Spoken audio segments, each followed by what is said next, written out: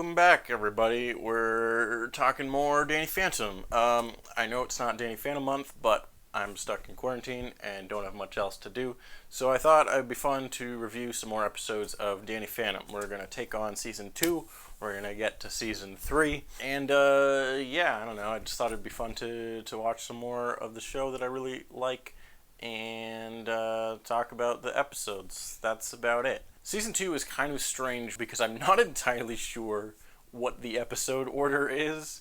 My guess is that some of the episodes aired out of order, which happens for a lot of cartoons and stuff. And for most of the episodes, it doesn't really matter what order you watch them in. But there's a few key ones where either there's some kind of plot development or a character is introduced that comes back in a later episode. That it kind of matters a little bit, the order. Depending on where you look, there's conflicting info on what the actual proper order of the season is. IMDb lists them in a different order. Wikipedia lists the episodes in a different order. The official DVD release has the episodes completely objectively out of order, and I think part of that is because for some reason the season is split into not just different discs but different parts. So you have Season 2 Part 1 Disc 1 and then Season 2 Part 2 Disc 1, and it's like, why? Why is it like this? We're actually going to follow the order listed on Watch Cartoons Online because this order seems to make the most sense to me, so that's what we're going to follow. Sorry if it is wrong. I don't really know what the true order is except for a few key episodes, such as the first episode of the season that we're talking about, Memory Blank. This one, I know for a fact, has to be the first episode in the season because it has a key plot element, which is that Danny gets the logo on his chest, and it stays on his chest for the series going forward, even appearing in the theme song from now on after this episode. This is the last one to feature the original Danny design in the theme song, and there's an in-universe explanation as to how that happens. So very briefly, the plot of this episode is that Desiree, the ghost that can grant wishes, is back, and she grants a bunch of wishes. Things go wrong. Danny and Sam get into a fight, and she wishes that they had never met. Oh yeah, and then because they flash back in this episode, we actually see his origin. We find out that Sam and Tucker were there, which is why they know about his powers. And we see that it was Sam who actually dared Danny to take a look inside the ghost portal, and so she's the reason that he got his powers. So then, because she wishes they've never met, it's a wonderful life, blah blah blah. Danny doesn't have his powers anymore, and they're not friends. And she sees what it would be like if he didn't have his powers, and oh no, Desiree's up to no good, and they gotta stop her. And that's basically the episode. So the reason that Danny now has a logo on his design, Sam is playing with the idea of designing a logo for Danny.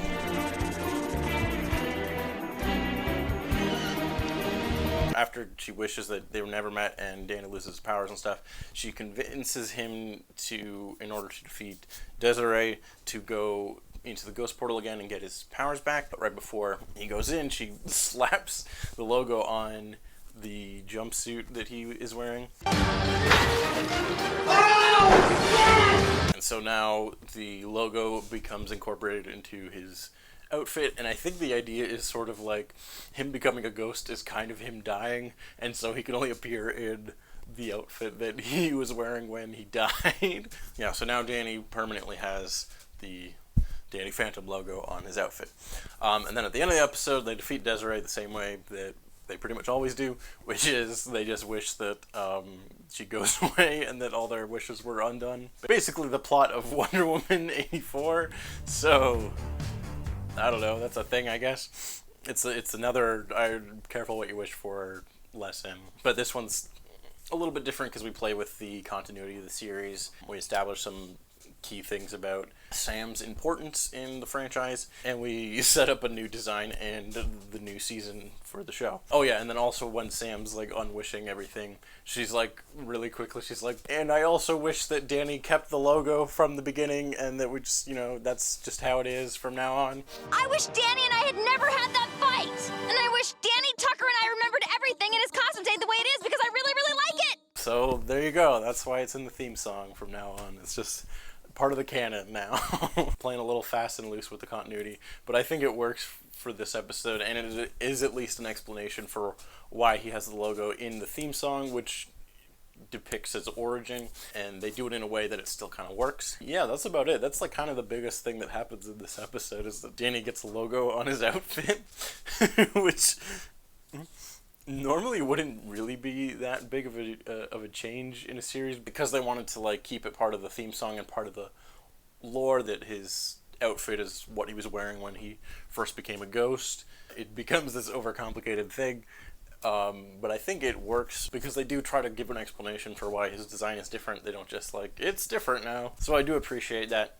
And this is just like a really fun episode. There's a ton of jokes that are great. Again, a lot of fun character interactions. Paulina invites them to a party at one point because she wants to meet the ghost boy, and for some reason Danny and his friends are always around whenever the ghost boy shows up. Sam wants to go to a movie that's about Terminator, Femalien, and Nightmarica, who are all fighting, and they're all just female versions of the Predator, Terminator, and Freddy Krueger, which sounds awesome. I want to see that movie. That's in this episode so that Desiree can make them come to life and Danny has to fight them. Fun concept. This episode does a really good job of paying attention to the continuity. There's multiple references to adventures they went on in previous episodes.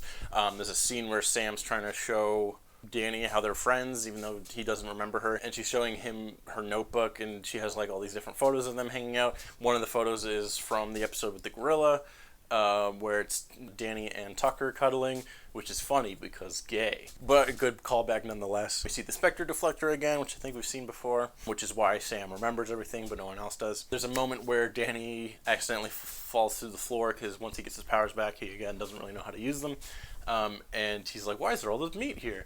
Which is, I believe, a reference to the first episode with the meat and the lunch lady and stuff. And I think the idea here is that because Danny's never activated the ghost portal, none of the ghosts have come to the town. So no one's familiar with ghosts in this version of the timeline, unlike how they normally are, except for Desiree, because I guess she caused this to happen, so things are different for everyone else, but not for her. Which is an interesting idea, and I kind of wish that the episode spent a little more time exploring this sort of alternate reality where Danny never became a ghost boy. So I think I would have liked to see the shift happen a little earlier in the episode, and I think it would be more fun to explore some of the differences. Like, we don't really see much of Danny's family this episode. It would have been kind of nice to see a little more of them. But in any case, we get a lot of great moments with Dash, Paulina, all the characters at school. Sometimes I forget how funny this show could be. This episode has a lot of great moments. You know what I'd wish for? Extra arms to catch more footballs. And it's just like a fun episode overall. That's about it. That's kind of all I have to say for this episode. It's pretty good, and it remembers the continuity of the show and plays with it, and sort of sets up a new status quo for the rest of the series. I give this episode 5 Danny Phantoms out of...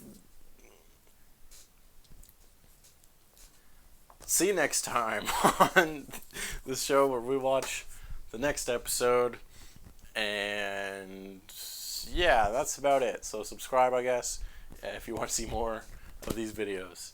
Welcome back, everybody, to another Danny Phantom review. Today we're talking about Season 2, Episode 2, Doctor's Disorders. Not one of my favorite episodes, but on rewatch I discovered that there's actually a lot of things that I really like about this episode. So briefly, this episode is about, there's these ghost mosquitoes that are biting people and giving people ghost powers.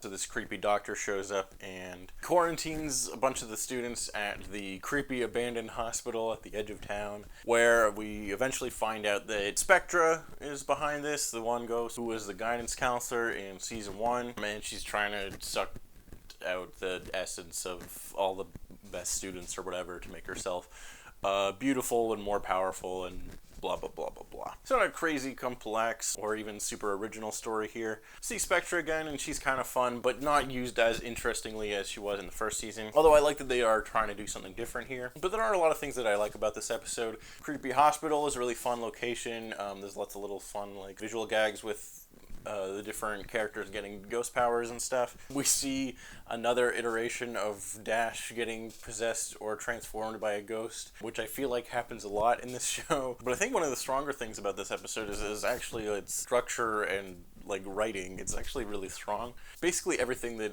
happens in this episode, it pays off in some way towards the end. Like, Tucker has this get-rich-quick scheme subplot, as he does in many episodes. He's trying to make this cologne that makes you irresistible to girls or whatever, but everyone just finds it disgusting. And then it ends up paying off later because it turns out that it's so gross that even the ghost bugs are repelled by this cologne. Just like good structural writing where the B plot ends up connecting to the A plot by the end of the episode. There's a like quick gross out gag early on with Danny's parents where Jack gives him this like disgusting handkerchief and he's like, hold on to this, Danny, it's your grandfather's or something. And then it ends up paying off at the end of the episode. A seemingly standalone gag actually ends up coming back. Spectre is trying to suck out Danny's DNA or whatever.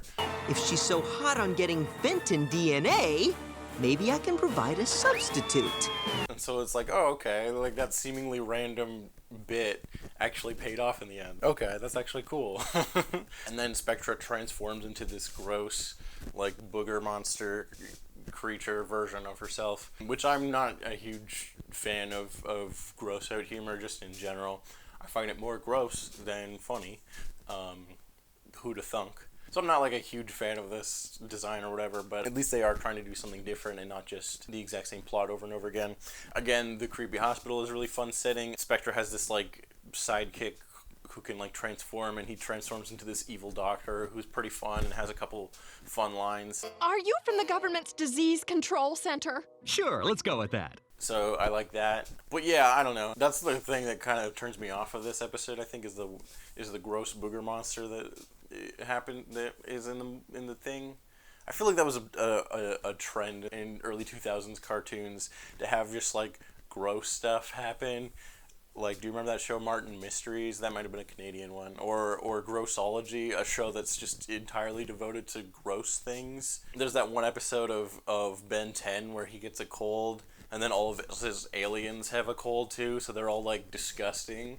I don't know. I feel like this was just like a thing that happened a lot in the 2000s for whatever reason. The chart says that kids like gross things.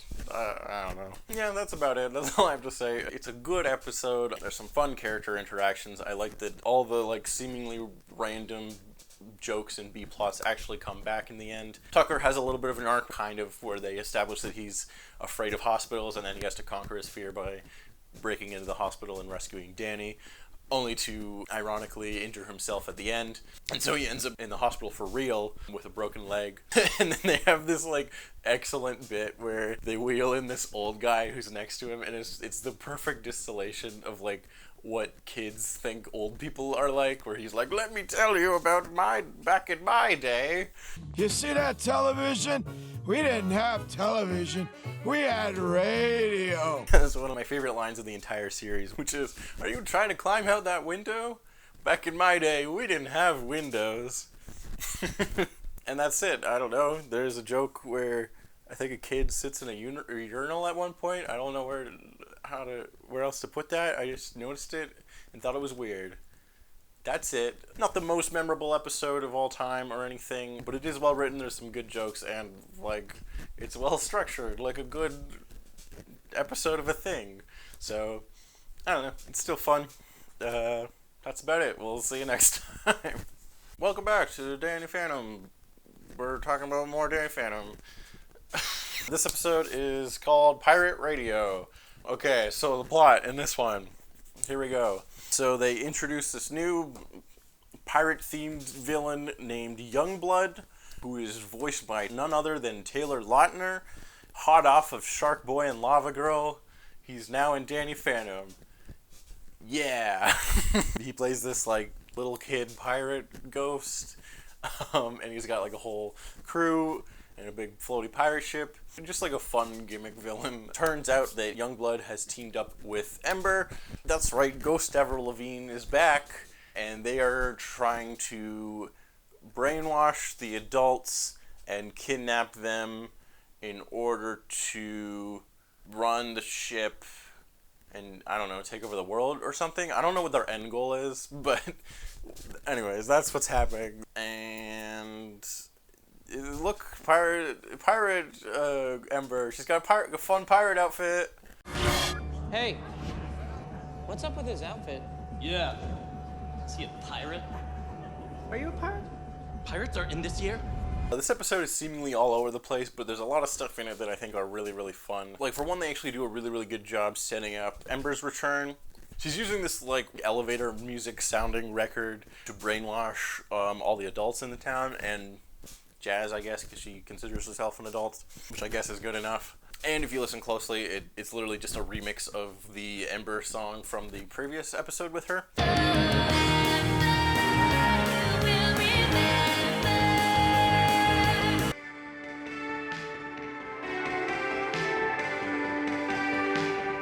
So that's a really nice touch. It's a good way to like set up your reveal, and if you're paying attention and you're familiar with the series, you can predict it. It's not a completely random reveal. They set it up like right away, almost right away. The music in this episode all around is like really solid. There's this like super fun piratey swashbuckling theme.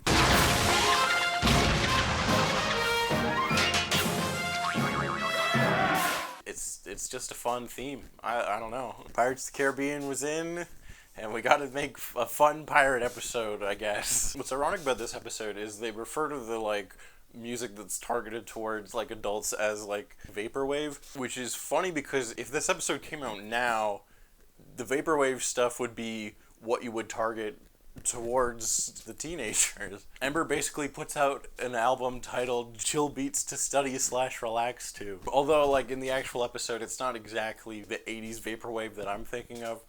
It's more just kind of a generic-y, elevator-y music. I just think it's interesting how music evolves over time.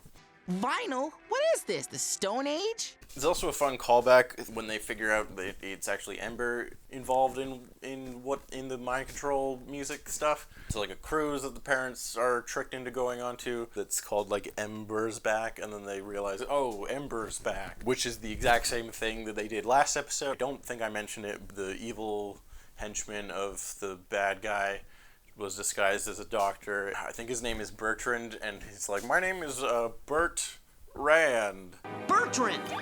Bert Rand. Bertrand.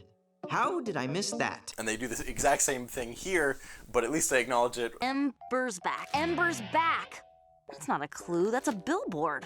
We really gotta start paying more attention to these things. So I like that even though they're doing like a similar bit, which I'm sure is just the writers having fun, but I like that they at least acknowledge it. The characters themselves are like, okay, we should really stop falling for this trick. At the end of the episode, Danny has to rally together his classmates. They all put on ghost hunting gear because there's like a thing where Danny can't use his ghost powers. So they all have to work together and save the parents in a very Jimmy Neutron-esque plot. But it's fun. We get a lot of cool moments because Danny and Dash have to team up and work together. So I get to hit people? Oh, yeah.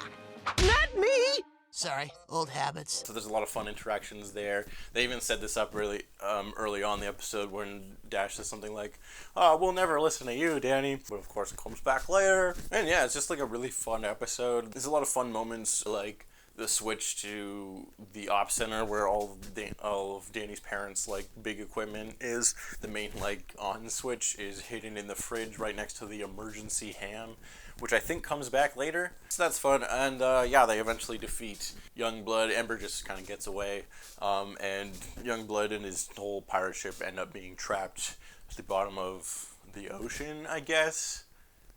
I guess the town is near the ocean. I don't know, it's a little unclear. But yeah, anyways, the ship's at the bottom of the water, and I wonder if that'll ever come back. Really fun episode. What does it have to do with being in high school? I don't know, very little. Is there seemingly too much going on in this episode? Probably, but I think it ends up being a lot of fun. There's a lot of really fun character interactions. We get to see Ember again, but use it again in a completely new way. Still relates to her previous episode, but again, they're building on the continuity, and now they're tying it in with a new character. We get to see a slightly different side of Dash, having to work together with Danny. When I'm wailing on you tomorrow, I'll be wailing on a hero. And yeah, just like a fun adventure episode. Yeah, that's about it. I guess we'll see you next time with another episode. Thank you very much for watching. This episode was sponsored by the Nasty Burger. Nasty is just one letter away from tasty.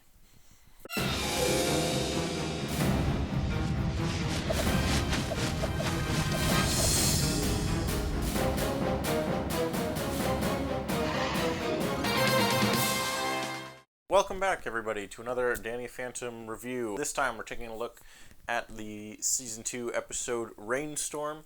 This one is a two-parter. It's a big ol' episode, so let's get into it. Yeah, this is the show's first two-parter, and it succeeds in feeling big and epic and important. It feels kind of like a season finale. It's one of those weird things where in any other show, this probably would be the season 1 finale or something like that. But the pacing of Danny Phantom is a little bit weird. I think it mostly works. Something they decided to do this season was to start introducing two-parter episodes. There's 3 this season, and none of them are the season finale, which seems weird, but at the same time we get a lot of fun episodes out of it, and so I'm not going to complain too much. And that's the other thing about this show that I really like. A lot of action cartoons, especially ones targeted towards kids, almost every episode will be filler, and then maybe something kind of exciting will happen in the season finale.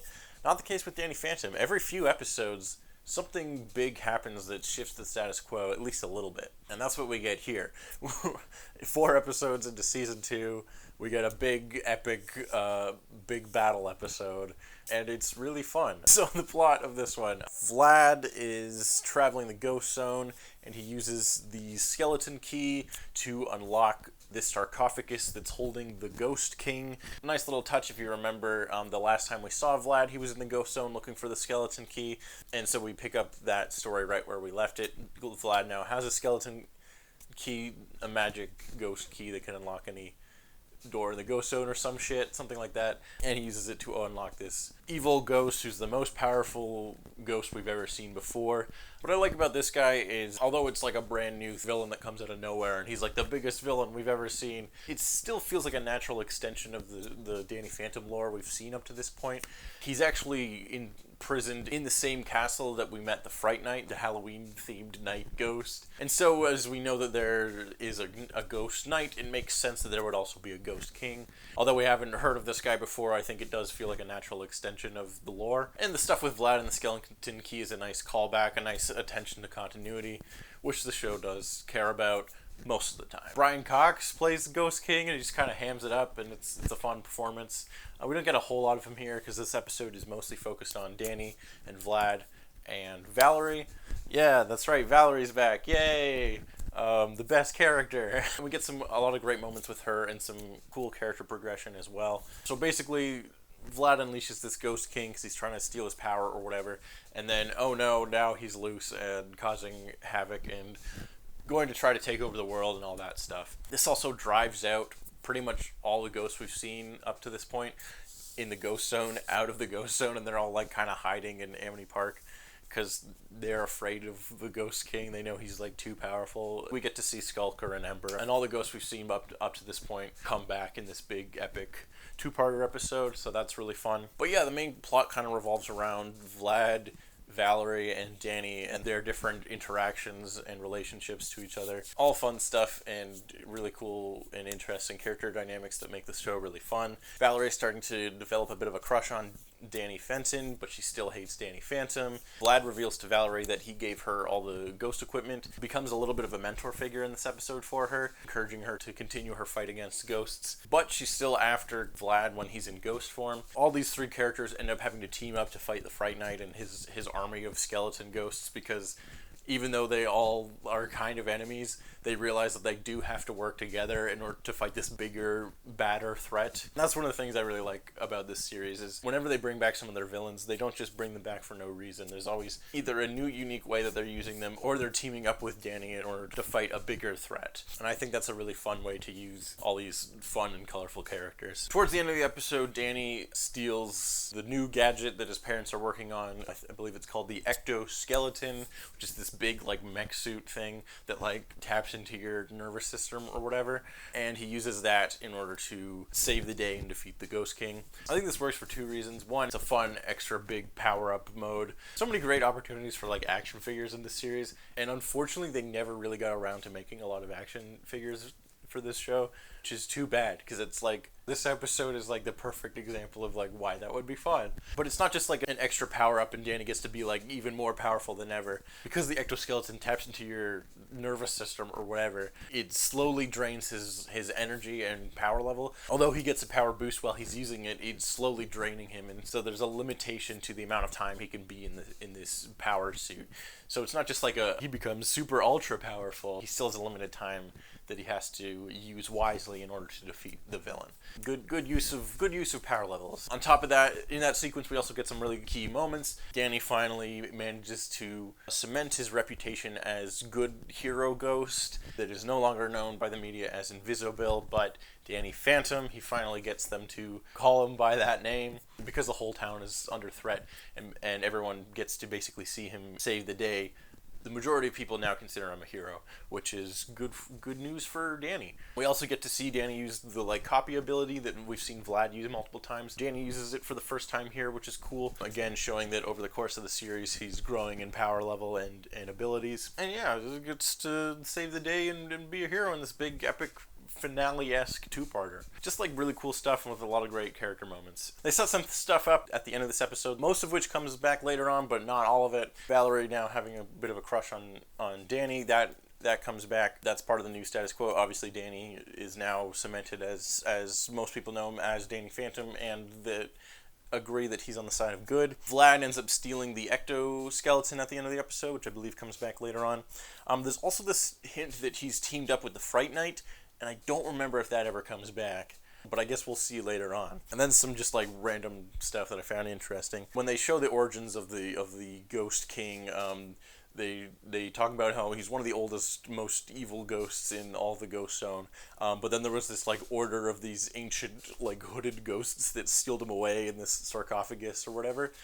And like, who are these guys? I don't think they ever come back, at least not from what my memory. Or maybe they do. I don't remember. Either way, I'm curious. Who are these ghosts? I want to know more about that. There's a moment where there's some like nerds playing like a knockoff of Magic the Gathering, and Danny refers to it as nerd poker, which I find hilarious. Oh yeah, and then at the end of the episode, Danny and all the ghosts like Skulker and Ember and the nerd 50s ghost, all of them all team up and help him fight the big bad guy at the end in a big epic battle, realizing that although they are still enemies with Danny, the Ghost King is a greater enemy, and so they'll team up with him for the moment to defeat the big bad guy. And it's fun and cool, and it's fun to see Danny working with his villains. Part of that I think is just because the villains are all like kind of goofy. Like none of them are so evil that you entirely want to root against them. They're like just these really fun, goofy characters, and it's fun to see them whenever they show up. Oh yeah, there's a moment where Danny's fighting Skulker in this like department store or whatever, and Skulker ends up putting on like a baseball helmet and hits a baseball at him, and it reminded me of that one scene from Scooby-Doo in the Cyber Chase where the like cyber virus monster does the same thing, and I have no point to that other than it reminded me of that moment. Oh yeah, there's a moment towards the end where in order to distract Valerie, basically, he reveals her identity to her dad, which is kind of a dick move. It's an interesting status quo shift for Valerie because now her dad knows about her ghost fighting activities and stuff. Oh yeah, we get to see her dad again. Like that's another thing that's like cool about this episode is basically every character in the that's been in the show up to this point shows up in this episode and has something to do. A lot of it's pretty minor, like Jazz has her similar, like mostly in the background, but casually helping Danny hide his secret. Yeah, Valerie's dad ends up helping Danny's parents with their ghost technology in order to protect the town from the Ghost Zone and stuff like that. But yeah, Danny kind of gives away Valerie's identity, which is kind of a dick move. He'd be pretty pissed if Valerie did that to him. So not cool, Danny. I know you had to like get around her in that moment, but like still That's basically it. This big epic battle that even though it's from a new thread, it still feels like the culmination of a lot of all the stuff that they've set up to this point. And they also set a few things up that will continue to carry on throughout the series. Valerie and Danny have more stuff to go through. Vlad is still up to no good. But yeah, this is one of the big major turning point episodes. It's definitely an essential episode, and it's the first two-parter, so that's also cool. And that's about it. So we'll see how some of these plot elements will continue later on in the series, and we'll see you in the next episode. Welcome back, everybody, to another Danny Phantom review. Today we're talking about the episode Identity Crisis. So the plot of this one, Technus is loose again and causing havoc. I like how they do this, though. They remember that the last time we saw Technus, they had trapped him in the video game, which is called Doomed. The whole video game Ready Player One episode, which is a really fun episode, although extremely dated. So when Danny's clearing out some files on his computer, he accidentally deletes his copy of the game, which causes Technus to become loose, and he manages to infect the Fenton RV. We get a fun redesign of the character. That's another thing I like about whenever Technus comes back. He's always trying to evolve with technology and become more powerful, and so we get a new design of the character every time he shows up. So Danny is really frustrated because he wanted to spend the weekend just hanging out. But now he has to deal with Technus, and so he decides to use the Fenton Ghost Catcher, which just looks like a dream catcher thing, which we saw in a previous episode, on himself to split himself in two so that he can be in two places at once. And so we get this fun episode about Danny Phantom and Danny Fenton being split into two different people. We get to see the two aspects of his personality, although much more exaggerated because they don't have the other aspects of Danny to like balance himself out. So we get a lot of fun moments with the like ultra superhero Danny. He wears a cape. And it's a no on the cape. I think it's cool. Take that off. It's disrespectful. Spider-Man doesn't wear a cape. His hair is always blowing in the wind somehow. His dialogue is super cheesy, even more so than the show normally is. And then regular Danny Fenton with no powers just wants to chill out and do nothing. So they explore the concept of, I wish I could be in two places at once, the whole having to balance real world responsibilities with the responsibilities of being a superhero, what makes Danny who he is, all those kinds of questions. There's been stories that are very similar to this that have been done in Spider-Man a few times. And yeah, ultimately we see that it at first is really successful, but without both aspects of Danny's personality, he's not as successful at either aspect of his life. They do a good job of keeping the premise interesting throughout the episode, as halfway through they try to switch him back, but now there's just two Dannys that can both switch back and forth between Danny Phantom and his normal self, Danny Fenton, except that also only some of their powers transfer. So again, Danny has to figure out how to work together with the other side of his personality in order to defeat Technus and save the day. It's like a really fun episode, not a whole lot to it. I like that both they remembered what happened to Technus the last time we saw him. They brought back the Fenton Dreamcatcher thing that we saw in a previous episode and explored the implications of that device in a greater context, which I think is cool and interesting. Although I feel like they could have done a little more with this episode. It's a good episode, it's very fun, but it's extremely lighthearted and goofy, and I wish they kind of explored more of the aspects of Danny's personal life a lot more. In the episode, he just kind of wants to spend time with his friends, which is like, fair enough. You need to take downtime every now and then as well. But like, it would have been nice to see an actual real life problem of having too much going on in your life. Like, maybe he also has a school assignment he has to work on. His parents are making him do chores or something. There's some big social event he wants to go to, but all these things are overlapping on top of having to fight Technus. Then the motivation to split yourself in two would become much stronger, and we get to explore those ideas in a much more interesting way. And the prom is tomorrow. They never did that. That would have been a fun thing to do in this one as well. They even specifically state that as like one of the core concepts of the show in this episode. My ghost fighting life and my personal life are always interfering with each other. And we don't really feel that much pressure, unlike a lot of other episodes that focus on those pressures a lot more. Still a fun episode. I think they could have dived a little deeper into the character stuff and those like real world struggles of having to balance too many things at once. There's this really cool comic book style sequence where the screen splits in two and we see both Danny fighting ghosts and Danny just hanging out living a normal life.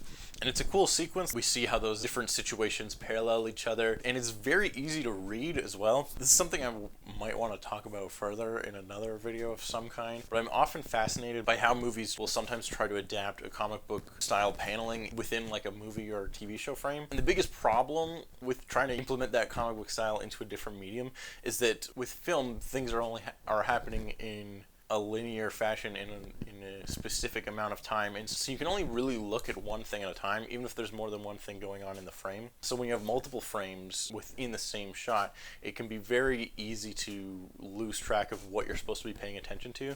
Anime actually figured out how to do this successfully years ago. You'll often see this kind of reaction shot where there's multiple characters reacting to the same thing at the same time. But the way that you'll often see it is that each character's reaction is revealed one at a time, so you always know where you're supposed to be looking. Spider-Verse does some interesting stuff with this too, like this sequence here with the Prowler that seems really complicated, but it gradually reveals new information from left to right, so it's actually very easy to follow. I'm way off topic here. The point I was originally trying to make was just that this Danny Phantom sequence works really well because even though there's multiple frames, you can still follow everything that's happening because they both parallel each other. It's really clever. There's a scene where they go to the movies, and the movie they're seeing is called Twins 2: The Revenge, which is a funny title. I think they were actually working on a Twins sequel at one point called Triplets. I don't know if that's still happening or not, but then it also works thematically because the episode is about there being two Dannys at the same time. Yeah, but that's about it. I talked for way too long. But it's a fun episode. I liked how they remembered the continuity both with Technus and the Dreamcatcher device, but I wish that they played with the premise of Danny being split with two a little more. We got to see the responsibilities of his normal life explored a little bit more. Yeah, that's about it, so we will see you next time. Welcome back to another Danny Phantom review. Today we are talking about the episode Fenton Menace, which is kind of a waste of a great Star Wars pun. I don't have a lot to say about this episode, so this video might be a little shorter. So very briefly, the plot of this episode is that Youngblood, the little kid pirate ghost played by Taylor Lautner, is back. Danny and his family accidentally let him loose when they go on a family outing trying to hunt ghosts underwater.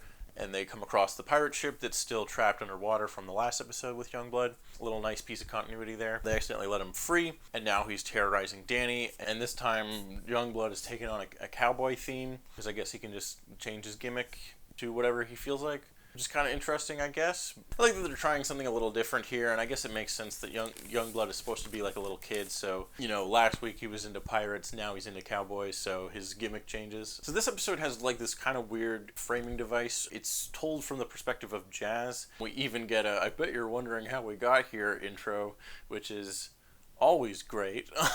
And she kind of narrates throughout the episode, and we see events from her point of view, which is kind of strange. It's not a bad thing to have an episode focusing on Jazz, but the way they do it here I don't think totally works. The big thing in this episode is that Youngblood reveals that part of his abilities is that he can only be seen by kids or people who are not adults, and because Jazz considers herself to be an adult, she can't see him.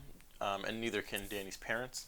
So they all think he's going crazy because he's like, look, it's a ghost, and they don't see it. It's sort of weird and kind of frustrating that they put this episode in Jazz's point of view, because Jazz at this point knows that Danny has ghost powers and fights ghosts and stuff, and so it's kind of weird that she doesn't just believe him that there is a ghost that is invisible, which again is one of the ghost's powers that's well documented in the show, that ghosts can turn invisible. Like in this episode, it's based on a very specific circumstance, but it's like a well-known thing throughout the series. I don't know. It seems a little out of character for Jazz to not believe him right off the bat, and so it's kind of frustrating to watch this episode from the perspective of another character when Danny's the one who's like struggling, and it's like obvious to us that something is going on and that Danny's not just losing it, but we don't know what. And also, I think there was a moment earlier where Tucker and Sam also don't see the ghost,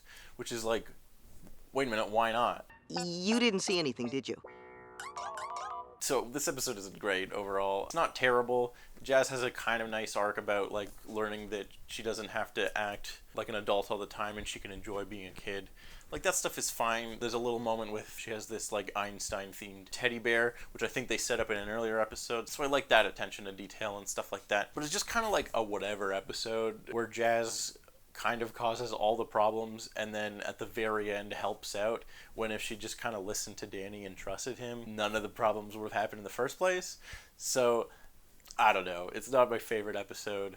They are trying to develop Jazz. They are trying to do something different with Taylor Lautner. I like his stuff in this. I think he's fun. But it's just kind of like a weirdly structured episode. The like whole conceit of the episode doesn't make a whole lot of sense. Plus the whole thing that he can't be seen by adults wasn't really a thing that they established in the first episode that we met him. Like, I don't know if adults ever actually see him in that episode. But at the same time, it's weird that they never brought it up. So I don't know. Not my favorite episode. Not the worst one ever. That's it. It's just a very middling episode. That's all I have to say. So we'll see you next time, I guess. Welcome back, everybody, to another Danny Phantom review. Today we're talking about the big one, the episode, The Ultimate Enemy. Fan favorite episode here. It's also a two-parter, so it feels extremely significant. They also went super hard on this episode. It even had a video game tie-in, which we covered on our gameplay show, PS Tuesdays, so you can watch that if you're interested. Links in the prescription. They also had like a Burger King toy line and maybe some other stuff. This episode they like really put all their money on, basically. It had a big marketing push and stuff like that. Unfortunately, it wasn't as successful as they hoped it would be, although it is a great episode. Financially speaking, it didn't pay off how they hoped and would kind of actually eventually lead to the show getting canceled, which is extremely unfortunate because it's a great episode. But yeah, not as successful as they wanted it to be. Yeah, let's get into the actual like story of the episode and why it's so fondly remembered. This is probably the darkest episode in the entire series, and so the main plot revolves around an evil future version of Danny. So right away, any episode about a dark alternate future is going to be a good one.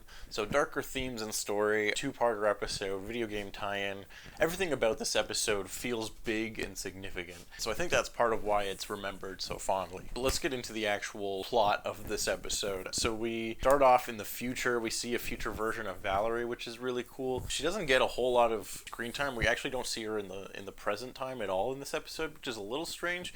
There's a lot of other stuff going on, so they probably just didn't have time for it. But a cool future design for Valerie, which I like. And she doesn't appear that often in this season, so it's nice that we get to see her in this one. Actually, almost all the characters come back in this episode and have something significant to do. But in the future, we meet these new characters, the Observers, who are these culty eyeball-looking ghosts who are basically just the Watchers from Marvel.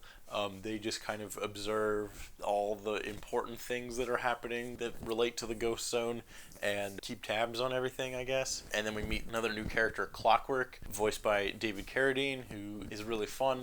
And he has like time travel powers, basically. He's almost this omniscient Time Lord character who keeps tracks of and manipulates the timeline. And the Watchers, the Observers, basically say, hey look, Clockwork, in the future, Danny turns evil and destroys basically everything. So we need you to kill him before that happens. And he's like, don't worry, I have a plan.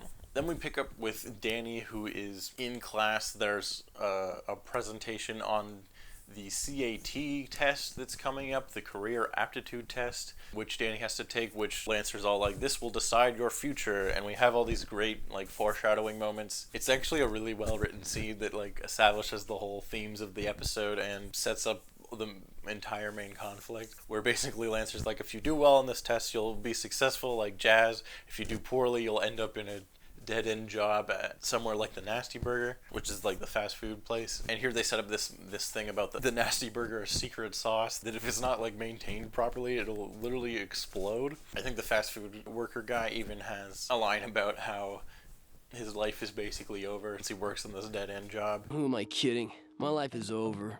Which is good foreshadowing for later. But I want to talk about the CAT test because it's very confusing. So they call it a career aptitude test, which if you've ever taken one of those, it's basically just like a survey that like determines types of careers you might be good at or might enjoy doing. But the way they talk about it in this episode is that either you score high and you pass, or you score low and you fail, which is not what a career aptitude test is. It seems like what they might be describing is more similar to like an SAT, like a standardized test of some kind that can impact the types of jobs you can get in the future. One last shot at the perfect score. I have an idea. You want to steal the answers to the test. But they refer to it as a career aptitude test.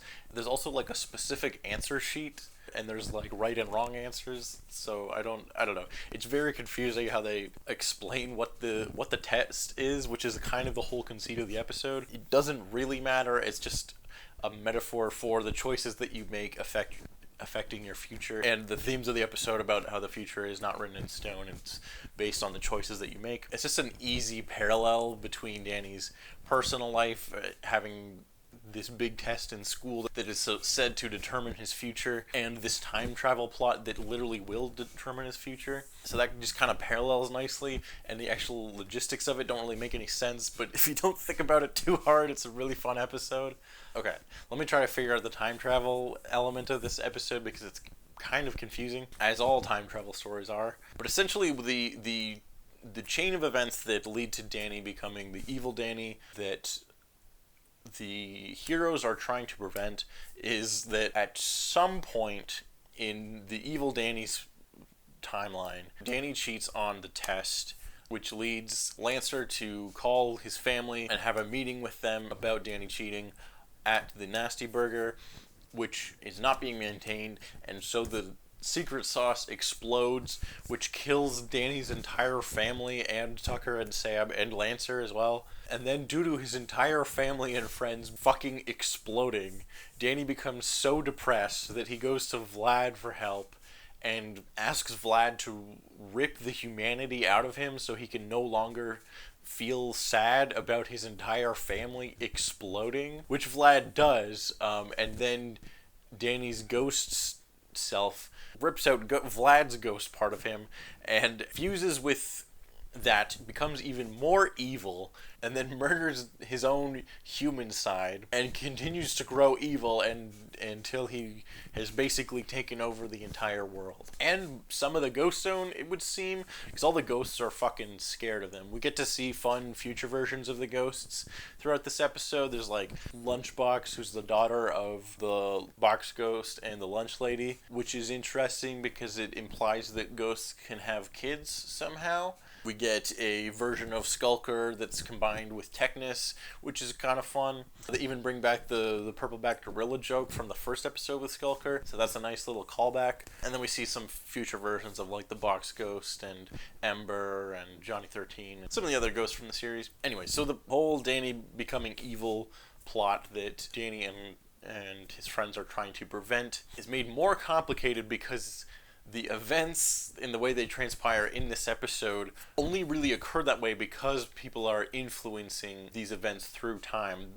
First being Clockwork, he actually subtly gives Danny the test answers so that he can have the opportunity to cheat, and then manipulates Lunchbox to fight Danny at the Nasty Burger, which is why the secret sauce is not being maintained and why it will explode later on in the episode. Then later, the evil Danny starts manipulating the events so that they occur the way that I guess he remembers them occurring, where Danny cheats on the test and then his family explodes. So the evil Danny takes regular Danny's place and cheats on the test so that those events will transpire. So it's confusing because it's like, is it a time loop or is it like a separate timeline thing? Because at the end of the episode, Danny does make the good choice of not cheating on the test, therefore preventing his family from exploding. But the evil Danny doesn't go away because Danny traps him in his thermos and then Clockwork kind of takes him away, and now he exists outside of time, whatever that means,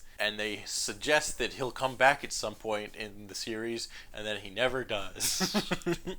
Because the show only had one more season, and then it got canceled. So, hooray. What's confusing is this a time loop, or is it like an alternate timeline situation, because there's time travel involved now the timeline has been split?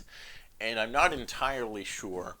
But I think the only way that I can explain this episode is that I believe it's supposed to be that once Clockwork gets involved, we're now seeing an alternate timeline from the timeline that the evil Danny is from. But the evil Danny thinks that it's a time loop, so that's why he's trying to manipulate events as to how they happened the first time for him, which I think is that at some point that we just don't see, Danny decides to cheat all on his own without things being manipulated, which leads to a similar but slightly different chain of events that lead to his family exploding and him turning evil. And then Clockwork gets involved and changes the timeline, but Dark Danny thinks it's a time loop, and so he tries to redirect the timeline so that events happen the same way he remembers. I don't know exactly. Again, it's probably best if you just don't think about it too much. But unfortunately, I've watched this show many times, and so now these are the things that I think about. But whatever, it doesn't really matter. It's just the concept that's fun and cool, and thematically all works, where Lancer says that this career aptitude test will determine your future, and then Danny deciding to cheat on it literally changes his future drastically. Of course, Danny, by the end of the episode, Clockwork has manipulated events that they work out exactly as planned, and Danny decides not to cheat. But it is still his choice. And that's, I think, what makes the episode work, is that although the time travel stuff is very convoluted, at the end of the day, Danny has a moment where he gets to choose whether to do the right thing or the wrong thing, and he chooses to do the right thing, which shows that he's growing as a character and as a person, and is learned the lesson, and it works thematically, and the whole your destiny is what you make it kind of thing. Some other cool things about this episode. Jazz has a subplot, of course, where she's trying to prevent Danny from cheating. They do another moment with like a Fenton ghost gadget invention at the start of the episode that comes back later on.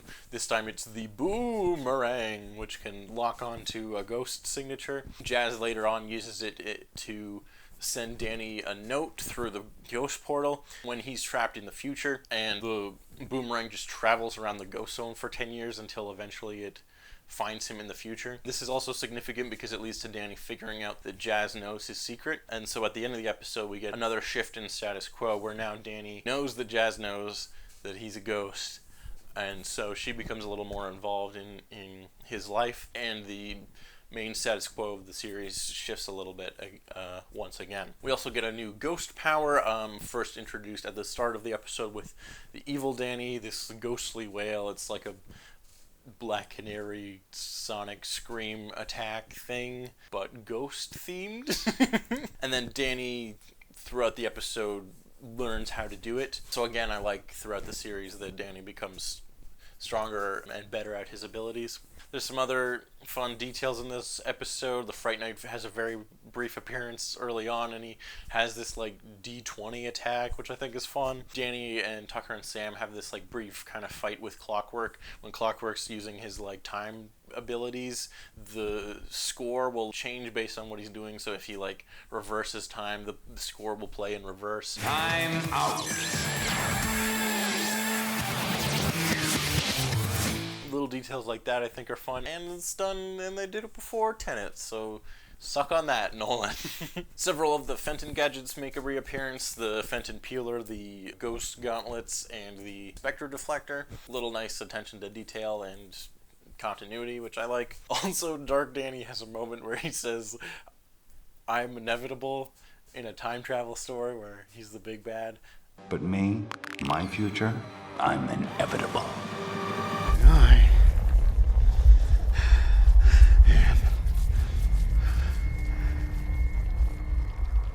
Iron Man. So suck on that, Avengers. One of the strongest episodes of the series. It's consistently well written throughout, and all the characters get interesting and unique things to do.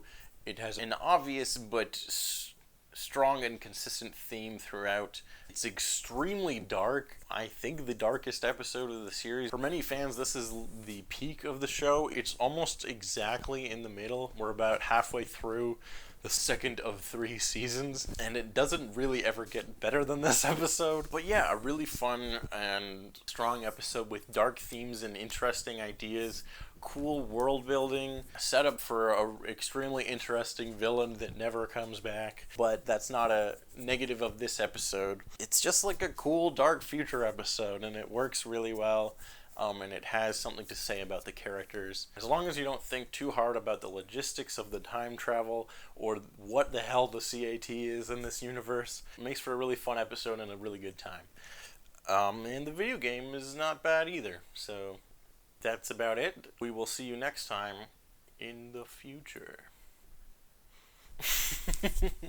Welcome back, everybody, to another Danny Phantom review. Today we're talking about the episode Fright Before Christmas, not to be confused with Nightmare Before Christmas, which is a different thing. And it's the Christmas special, so that's fun. The plot of this one is that Will Arnett voices the Ghost Rider, great villain name, and he's messing with Danny because Danny accidentally destroyed his great American novel. And so the Ghost Rider traps Danny in this like Christmas poem, and so the whole episode is done in rhymes, and we get this fun Christmas adventure where the Christmas toys come to life. Danny's got to fight them. The Christmas trees come to life. Danny's got to fight them. Eventually, it all culminates in Danny learning a lesson about Christmas. Danny actually hates Christmas, and we learned that it's because every year his parents fight about whether or not Santa is a real person, which raises many questions. One, is Santa a real person in this universe? Is he like a ghost? Does he have ghost powers? Is that how he can go around the world in one night? Is Jack just an idiot? Is this set in the same universe as the Fairly Odd Parents, where Santa is real and is assisted by the magic of the fairy godparents? Is that what the deal is? We don't get answers to any of these questions. But it's just like a very fun, joyful, feel-good Christmas episode. There isn't a whole lot to this one, other than it's just a good old time. They do the whole episode in rhyme, which is cool because that's a lot of extra work in terms of writing that they didn't have to do, but did anyways. Will Arnett is really fun as the villain in this one. The music is excellent in this episode. We get like new renditions of classic royalty-free Christmas songs that you all know, but the way they blend it into the main Danny Phantom theme, as well as blend different Christmas songs together, it's all really great.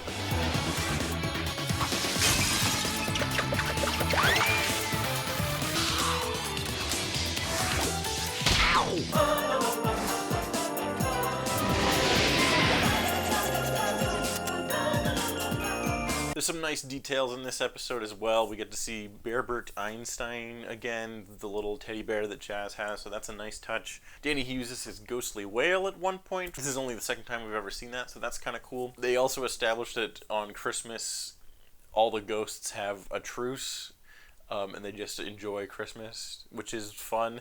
And all the main ghosts appear at the end of the episode and end up helping Danny save Christmas, which is just like a really fun image of all his villains just like teaming up with him to save Christmas. Again, it's just like a fun, feel-good episode, and I think that's a fun detail. And also something I noticed that I think is fun is that Mr. Lancer gives Christmas presents to himself. That's about it. Like, there's not much more to say to this episode. It's a really fun Christmas special. Will Arnett is in it, and they do the whole thing in rhyme, and the music is great. That's it. It's a good episode. It's fun. So we'll see you next time, I guess. Welcome back, everybody, to another Danny Phantom review. Today we're talking about the episode Secret Weapons. This one's pretty fun. So Jazz is now trying to be more involved in Danny's ghost fighting now that he knows that she knows. But at the start of the episode, she's kind of causing more problems than she is solving them. There's a meta moment early on, which I really like, where Danny's like, Jazz, there's a rhythm to this. We fight, we exchange some witty banter. And we all go home having learned a valuable lesson about honesty or some such nonsense. Sort of making fun of the Danny Phantom formula a little bit, but also just kind of playing with it and having fun with it. There's some kind of fun stuff here. Jazz is trying to compile a list of all of Danny's main recurring villains, and she comes up with all these dumb names for them, not realizing that they all already have dumb names. Jazz is a little bit kind of annoying in the episode, but the episode really picks up about halfway through when Jazz figures out that Vlad is actually a ghost, and so she pretends to run away from home to go live with him in Wisconsin. 608 area code. Hey, that's Wisconsin. It's Vladdy. Hey, that actually is a Wisconsin area code.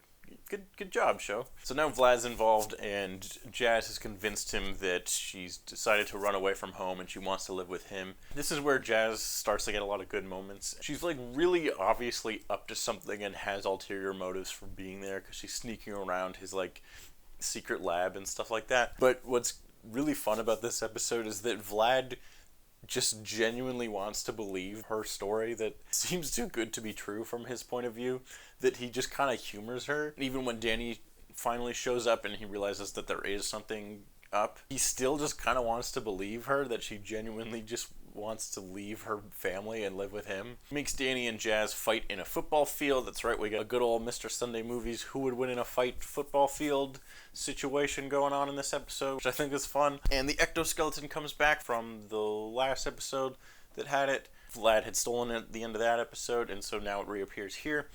And this time Jazz gets to use it. Her and Danny have a fun fight. It's staged. They're pretending to trick Vlad, and he completely falls for it, even though it's really obvious that they're like faking this encounter. But it comes from just a place of Vlad really genuinely wanting to believe Jazz's story. It just kind of shows that Vlad is a really compelling character because all he really wants is to have a family, which is so like human of a motivation that it makes for a really compelling villain. And yeah, he had hired Skulker to like steal some equipment and stuff, and that's how Jazz had figured out how to find him. And he was trying to make some kind of super weapon out of the ectoskeleton. But at the end of the day, he's just a guy that's jealous of his old college friend who got the girl and has a family. He just wants to be loved, and that's kind of sad, but makes for a compelling villain. Jazz and Danny work out their differences by the end of the episode and learn a little cute lesson, just as the start of the episode predicted that they would. And this kind of also like progresses their relationship going forward. Jazz will always be there to help him out whenever Danny needs her. Little nice character development in this episode, which I like. And Jazz gets some good moments, which is nice. Redeeming her from the dumb cowboy episode I didn't like. Then there's just some good like attention to detail in this episode. There's a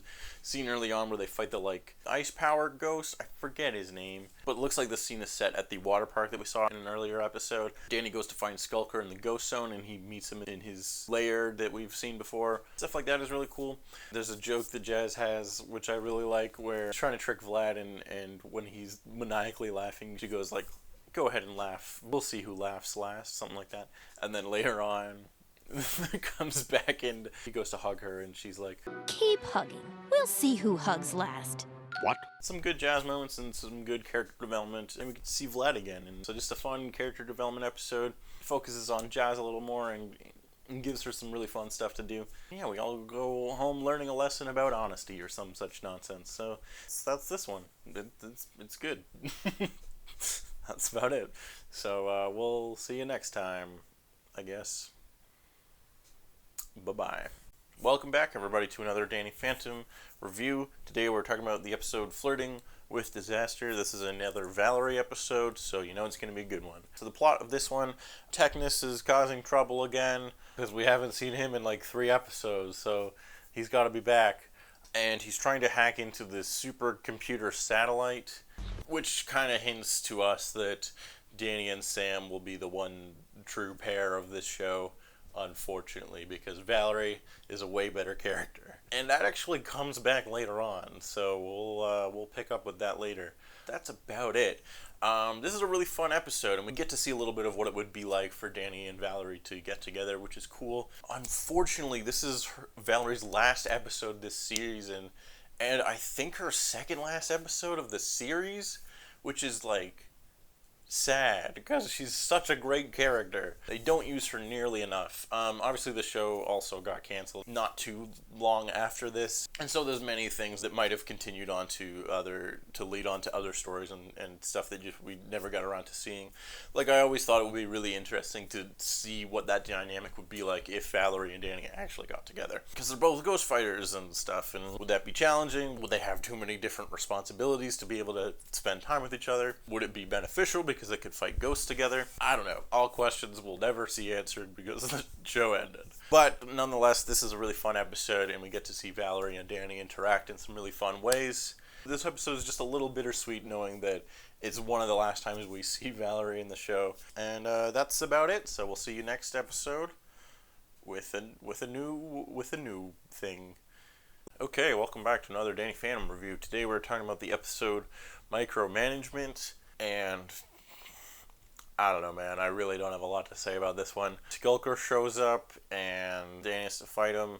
His dad is working on a device called the Fenton Crammer that shrinks ghosts. Danny and Dash are partnered together for gym class, so they have to work out together, and they all end up getting shrunk, and now Danny has to work together with Dash to defeat Skulker while they're tiny. And that's the episode. I don't know, man. That sounds like there could be some potential interesting stuff here, and Danny kind of learns a lesson about Dash and learning to work together with him and how maybe he's not so bad after all. Oh, whoops. I have a bunch of stuff in the background. It's kind of an idea, but Danny's in his ghost form the whole time, so Dash doesn't really learn anything about Danny not being so bad after all. So I don't know, the lesson is confusing. Barely anything happens.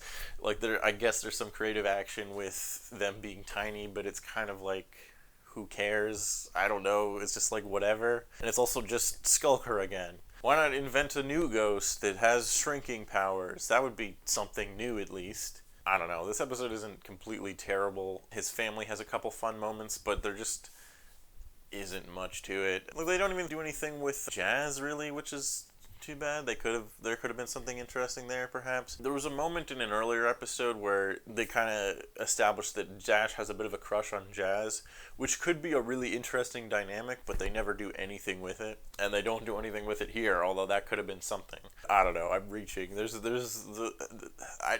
really don't have a lot to say about this episode. I think my biggest problem with it is that Danny and Dash being forced to work together could be an interesting episode, but because it's Danny Phantom and Dash working together and not Danny Fenton, instead of having, potential for character development, they just kind of don't do anything with that premise. So it just kind of devolves into nothing. Yeah, this is a very skippable episode. So that's it. Sorry, this video is shorter. I really don't have a lot to say. We'll see you next time, I guess, for another episode.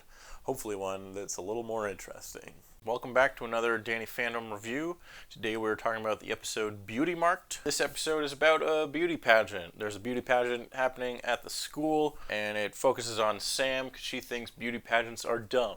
Because they are. This episode really doubles down on Sam's whole I'm not like other girls persona, where most of the other girls in the school are kind of into the beauty pageant because they get to wear pretty dresses and act pretty and do very traditional, stereotypical girly things, and Sam thinks all of that is dumb because she's not like other girls, you see. So while editing, I realized that I should maybe explain sort of what I mean by saying that Sam is not like other girls. The not like other girls character is sort of a trope of the type of girl or character that tries to distinguish themselves from the other more stereotypical girly girl type girls who like makeup and shopping and whatever. What's ironic about this trope is that it became so popular that it kind of became a stereotype unto itself.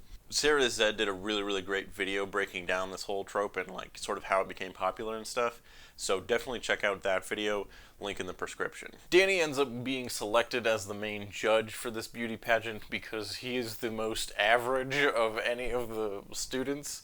So that's kind of funny. And he immediately gets carried away with this newfound power over who gets to win the beauty pageant. All the female students are trying to impress Danny, and so him and Tucker take full advantage of this and end up going on a bunch of dates with a bunch of different girls so that they can have a chance to up their score in the upcoming beauty pageant, fully proving Sam's point of view that beauty pageants make girls act stupid and boys act even stupider. Sam enters the beauty pageant, ironically, to prove how stupid they are, much to the demise of the person who is organizing the beauty pageant, because Sam's not like other girls, you see. She reads books. Unlike other girls who don't know how to read, I guess. So quickly, the rest of the plot of this episode, Danny accidentally picks Sam as the winner for the beauty pageant when he finally realizes that the lady running it is a ghost. And then, oopsie doopsie, lady running the beauty pageant turns out to be that one medieval ghost who can turn into a dragon. The I want to go to the ball ghost from way earlier in the show. And the beauty pageant is a ruse designed to select a queen for the prince of the kingdom that the dragon lady is from, who's her brother, I guess. So Sam ends up getting picked for that. She gets kidnapped and taken to the ghost zone, where the ghost prince guy, I guess, wanted to pick the most traditionally feminine girl as his bride, I guess. The metaphor being that beauty pageants are dumb and archaic and push harmful standards for girls, stating that their beauty is the most valuable thing about them. You know, all that stuff, and how that's, you know, kind of backwards and archaic, and how it like puts women's rights back and all that kind of stuff. That's essentially the metaphor idea of this episode. Sam eventually breaks free from the ghost, from the bad ghost, because she proves how much not like other girls she is by being even more goth and even more, I guess, masculine, by like eating food really grossly and not acting polite and feminine. And then she manages to convince the female ghost that can turn into a dragon. What's her name? I should have wrote it down. I didn't. I think it's Dora. But the point is that she convinces her to not listen to her dumb brother, who can also turn into a dragon. And so she does. We get a big dragon fight, which is kind of cool. Danny's also in this fight, but I like that it's not really about him this episode, and it's more about Sam convincing this lady that women should have rights, I guess. But I like that it focuses more on that relationship rather than Danny just having to save the day as he normally does. Oh yeah, the Dragon Lady is also, I believe, played by a different actress this episode, as she does get a bigger role. Previous episode, I think it was just Gray who did it, but this time it's Suzanne Blakesley. This name, who also voices Wanda from Fairly Odd Parents. I don't know. I thought that was interesting that she's got a different voice this time. Actually, I think it's a good idea since Gray already plays a lot of characters just in general, and so I like that we give someone else something to do in this one. Gives her a bit more of a distinct personality as well. But yeah, then the episode wraps up. Danny gets a very easy redemption where he's just kind of half-ass apologizes to Sam and they move on. And then they're like, yep, beauty pageants are dumb. The end. And it's like, okay.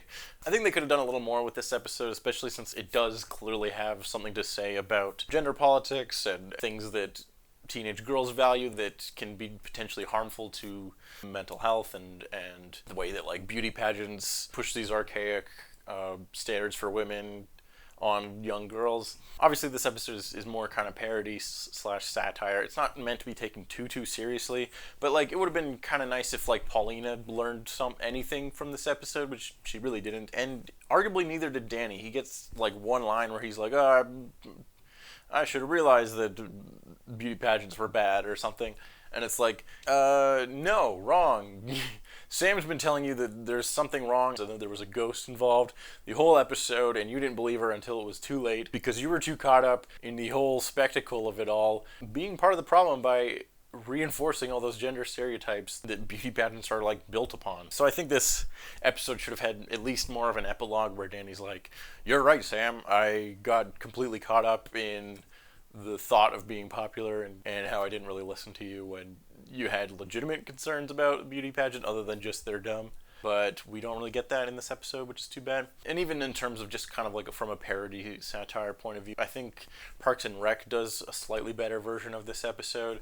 April does the same thing where she enters the pageant ironically to kind of make fun of it from the inside. I like people, places, and things. Funnier and more interesting, and has the same kinds of things to say, but is a funnier show. No, I didn't win, but at least I didn't make any new friendships. I think this episode is a very good attempt at trying to say something about gender politics and high school like popularity and how society pressures teenage girls to care about beauty and makeup and all these kinds of stereotypical things, but I don't think it executed it as well as it could have. It's still a fun episode. I do like that it's at least has like something to say, but almost because it is like trying to say something, I feel like it's easier to like judge it harshly because it is trying to have a more like mature message, other than just something generic about friendship or whatever. But it is still a fun episode. I like that we get to see the Dragon Lady again and that they explore the lore of her backstory and where she comes from, and that there's other medieval style ghosts that I assume just been around since medieval times, which is kind of an interesting idea. But there's a couple fun battles with Danny fighting some medieval ghosts, which I think are kind of fun. Sam and Danny and Tucker end up donning medieval style clothes at one point, and so we get a kind of fun medieval designs for the characters, which I think are kind of fun. And one of the battles Danny uses his copy ability, which is kind of cool because we see that he's becoming more comfortable with his new abilities and is able to use them more effectively, you know, just kind of as the series goes on. I always like that sense of progression. But yeah, I don't know, it's a fun episode, has something to say. It doesn't execute it as well as I think that it could, but at least it's trying something new while also building the world and characters. So, gets a pass, I guess. About it, so we'll see you next time. Welcome back, everybody, to another Danny Phantom review. Today we're talking about the episode King Tuck, and oh boy. This episode's fine. It's not as bad as some of the ones in Season 3, but it's also not amazing either. The plot of this one is that Tucker is running for class president, and he wants everyone to listen to his ideas and thoughts and stuff. Meanwhile, they go on a class trip to the museum where there's this like pharaoh exhibit, and it turns out that Tucker looks exactly like an ancient Egyptian pharaoh.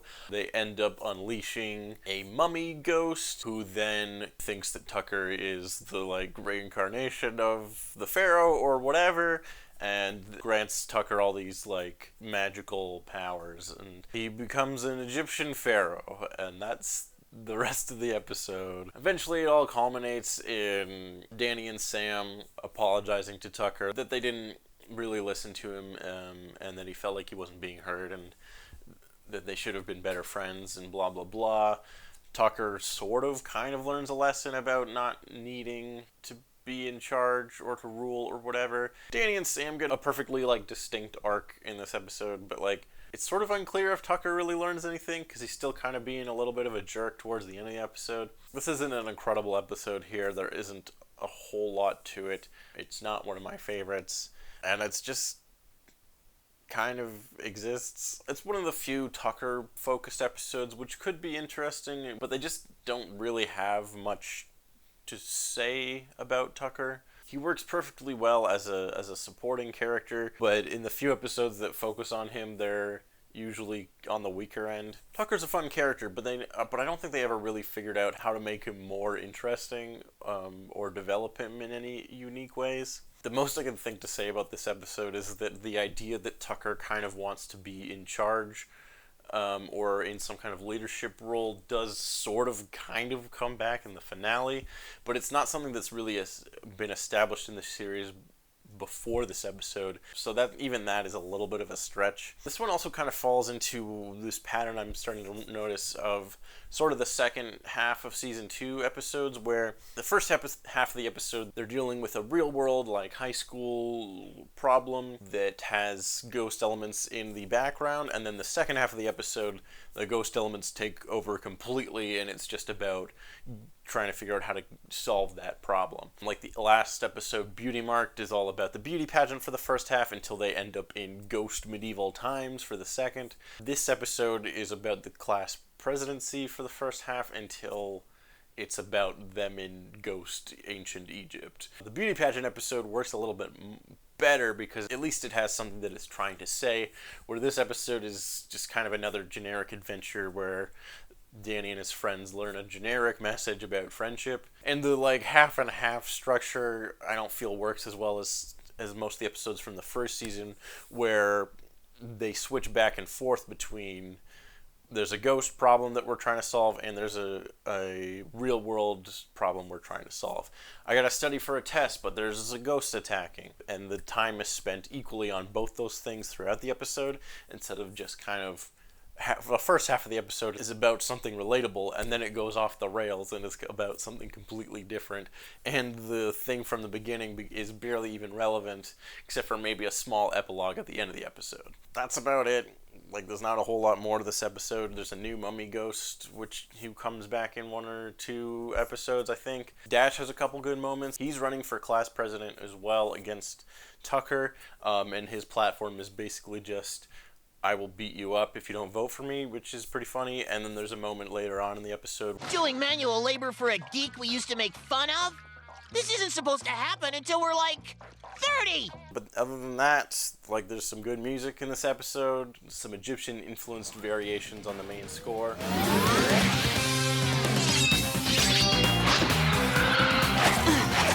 Which is kind of cool. Other than that, a mostly forgettable episode. So we'll see you next time, I guess. And that's about it. Bye-bye. Welcome back, everybody, to another Danny Phantom review. Today we are talking about the episode Masters of All Time. This one is a good one. It's pretty good. It's good. So Vlad is back. His ectoacne is back, and he's infected Sam and Tucker with it as well in order to motivate Danny to find a cure. Danny then goes to see Clockwork. So yeah, Clockwork comes back in this episode, and Danny travels back in time in order to try to stop the accident that originally gave Vlad his ectoacne and his powers. Danny has to travel back in time to the 80s. That's right, the 80s are back. Finally. At long last, we get an 80s nostalgic thing. Thank God. It is kind of fun here and very brief. They do a thing with the music here where, this is just Axel F, except it's slightly different so that it's legally distinct.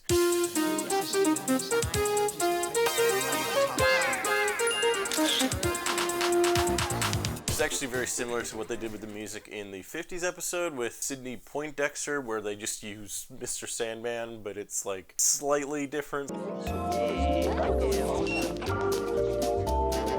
So that's a kind of fun little detail. So then Danny ends up pushing Vlad out of the way of the ghost portal experiment that gave him his powers. So Vlad no longer has powers, but because Vlad's moved out of the way, the explosion hits Jack, and now Jack gets the ectoacne and the subsequent powers. So then we see an alternate timeline where Maddie and Vlad get together and Jack is all by himself and they don't have kids. So we also get a little bit of a It's a Wonderful Life, If Danny Was Never Born kind of situation. Although this is obviously much more reminiscent of Back to the Future. When I first rewatched this episode, I thought that they reused the dialogue from the earlier episode where we first saw this flashback, but upon further inspection, I noticed that they actually not only redid the animation for this sequence, they also re-recorded all the lines. I thought that was interesting, especially since this sequence plays out in almost the exact same way as the previous episode. I'm telling you, Jack, it won't work. Bogus, V-Man, it totally will. But yeah, because Maddie and Jack never got together, they don't have the ghost portal that he's used to, so Danny's now trapped in this future. He can't figure out how to get back to Clockwork because there's no ghost portal. His parents never got together, so he has to figure out how to convince both Jack and Maddie that he's their son from another timeline. Eventually he does. There's a fight with Vlad. It's kind of fun because even in this timeline we see that Jack and Maddie still have feelings for each other as sort of they're always destined to be together kind of thing. Turns out Maddie has a ghost portal. Danny goes back through that, undoes the change that he did, while also figuring out that in that original experiment that gave Vlad his powers, Jack accidentally used Diet Coke instead of an ecto purifier substance. So then once Danny returns to the present timeline, he's able to figure out how to cure Sam and Tucker. So yeah, this is just a really fun episode with good character stuff and interesting dynamics. We get to see an alternate version of the characters. We get to see an evil Vladified version of Jack, which is kind of fun. And yeah, this like kind of twisted universe where his mom's married to another guy and he doesn't exist and stuff like that. Good use of playing with some of the core family dynamic character stuff that is some of the strongest character relations in the show. And we get to see Vlad again, which is always fun. Yeah, this episode's it's pretty solid. The only real issue I have with it is that almost want it to be longer. We don't really get to see much of how else the world is different without Danny being born kind of thing. Tucker and Sam are barely in this episode, and like they're not really missed. But it might have been interesting to see what their lives would have been like without meeting Danny. I mean, I guess we kind of got a little bit of that in the first episode of the season where Sam wishes that they had never met. And also, they're not entirely necessary to this plot. It's more about Danny and his family dynamics and stuff like that, which is kind of more interesting, and there's more going on there. I think I noticed a continuity error in this one. When Danny first goes to see the alternate future version of Jack, he has the like gray temples and stuff, but then when he shows up again at the end of the episode, he has the like college haircut again, when he should have like at least some gray in his hair.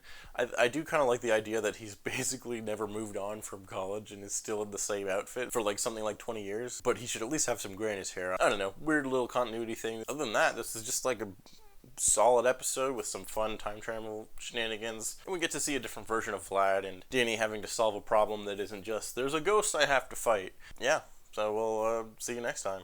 Welcome back, everybody. Another Danny Phantom review. This one is the episode Double Cross My Heart. So this episode, there's a foreign exchange student that comes to the school named Gregor, and Sam has a crush on him, and Danny is jealous. That's the gist of it. Yeah, he's this like total dream guy for Sam. He's obviously into her. He's European, he's edgy, he's a Euro goth, he's an ultra recycle vegetarian, just like Sam is. I don't eat anything with a face on it.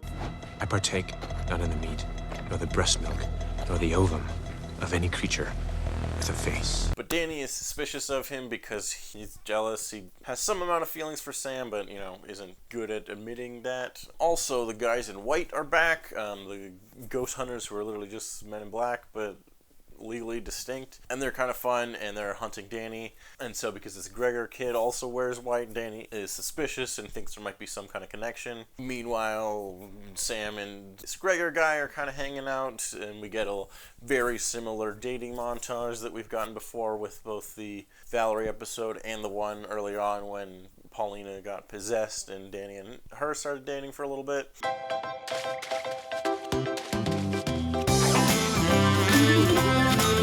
Even complete with essentially the same score. This one might be a little bit different, but it's has the same vibe and accomplishes the same essential thing. But this time, Danny is the one who's jealous. At the end of the episode, Gregor is revealed to be just a complete fraud. He's not connected to the guys in white. That was just a complete red herring. He's just a douchebag who's putting on an accent and this like persona in order to try to get with Sam because he's a guy.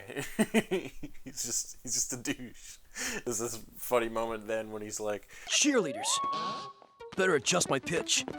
Hey babes, you like football? Brilliant satire and totally accurate to a lot of guys who will do anything to get laid. We see Valerie very, very briefly in this episode, but she's only in the background and she doesn't have any lines. Kind of too bad that we don't get to see more of her this season. This would have been a fun episode to do that in, but at least they acknowledge her and it's nice to see a little bit of continuity. This episode is a nice change of pace this season that's been very heavily focused on big ghost battle events, and Tucker's an Egyptian and now they're in ancient Egypt, and like, oh, Danny's got to go back in time, and it's like this episode it's completely focused on high school relationship dynamics, and I like that. Well, it doesn't balance the supernatural stuff and high school stuff as well as some episodes, obviously heavily focusing on the high school stuff. For me, it still works because I find that stuff kind of more interesting and more fun anyways, and there hasn't been that many episodes in the later half of the season that even really focus on that as much,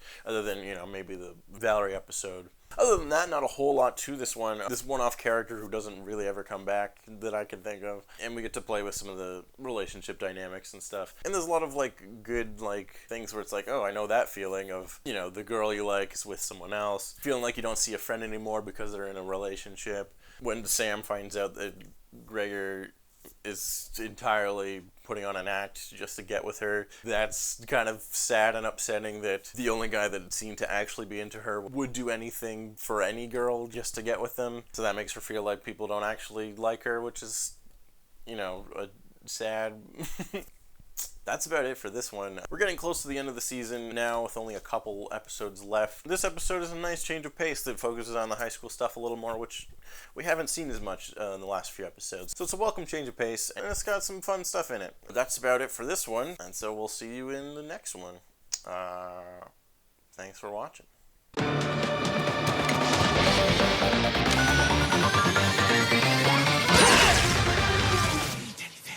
Hello and welcome back to another Danny Phantom review.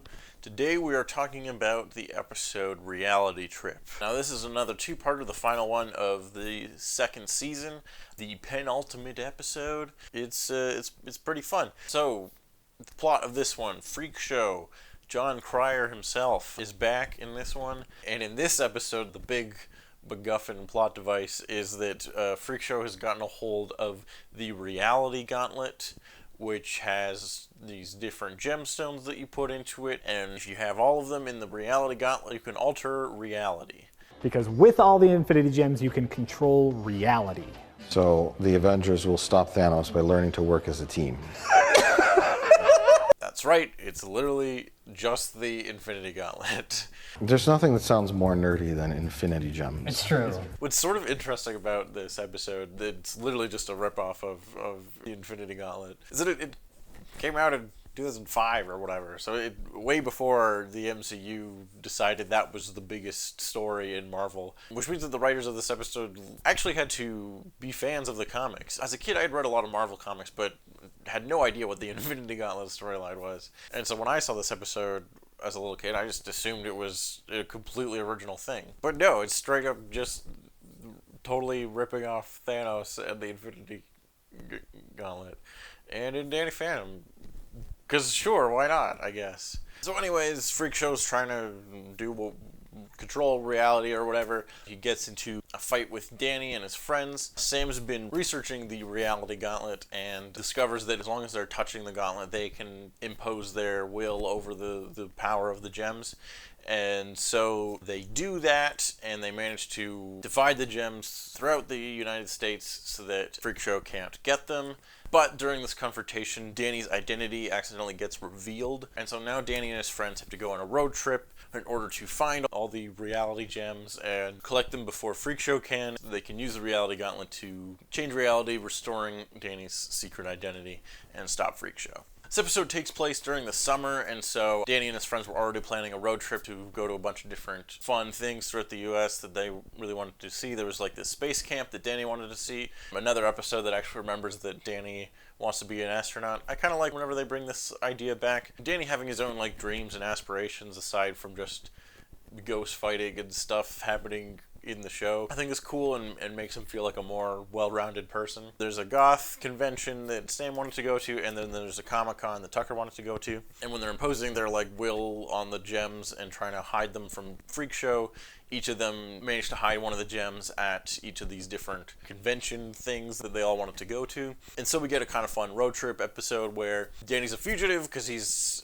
identity's out. They're on the run from the guys in white who are back. They also have to deal with the reality gems altering reality and changing things. But they do also kind of get to go to all these different conventions that they did want to go to, but now they're dealing with having to fight ghosts and stuff like that. Sam discovered you could do this about the Reality Gauntlet because she was like looking it up in some kind of goth book or whatever. This is kind of an interesting thing that they do a few times in the show, but not very often, and I kind of wish that they did a little more. The idea that because Sam's a goth and she's already kind of interested in the occult and dark things and ghosts and the supernatural and stuff, she occasionally like has books and info on different ghost things that they have to deal with. And I think that's a kind of fun role for her to have that they never really do too much with. It's almost sort of like how Willow helps kind of research stuff with Buffy and the Scooby Gang. I kind of wish that was something that they played up a little more. It also kind of give her more of a defined role in Team Danny Phantom. Tucker is usually able to hack into stuff or use his computer skills for whatever, but Sam is usually just kind of along for the ride. Like, they give her stuff to do for sure, but like, she doesn't have very many specific skills that give her a good reason to like be involved in the ghost fighting stuff. So that would have been something I would have liked to see more of throughout the show. So yeah, Danny and friends are on the run trying to find the Infinity Stones or whatever. Meanwhile, his family is captured by Freak Show and they're trying to deal with the realization that Danny's been a ghost this whole time. There's some kind of nice character stuff here with Danny's family. It all kind of concludes with them being like, of course we love and accept you no matter like who you are or what you are, which is nice to see. But it's also kind of cool because they actually kind of acknowledge some of their flaws, that their main thing is being obsessed with hunting down and killing ghosts. And so like, of course Danny didn't come to them. He's a kid, he doesn't know that like that doesn't include him, and they have attacked him several times when he's in ghost form. So like that stuff I kind of like from this episode, but it's not focused on as much as I wish that it was. The main focus is on these like big action set pieces where Danny and his friends are dealing with a spaceship that's come alive, and now Danny's gotta fly it. Whoa! All this kind of stuff, which is fun. This episode is pretty high on the action, and so it seems to have a slightly higher budget than the average Danny Phantom episode. It's all good and stuff, but I just kind of wish that they had focused a little more on the interesting character stuff in this episode, which is what if Danny revealed his identity? How would the different characters react and stuff? Like we get a really brief scene with Dash and Paulina where they help him kind of escape this like big crowd, and he's like, "You're helping me?" And they're like, "Yeah, of course. You fucking helped us a whole bunch of times as a ghost boy. Like, why wouldn't we?"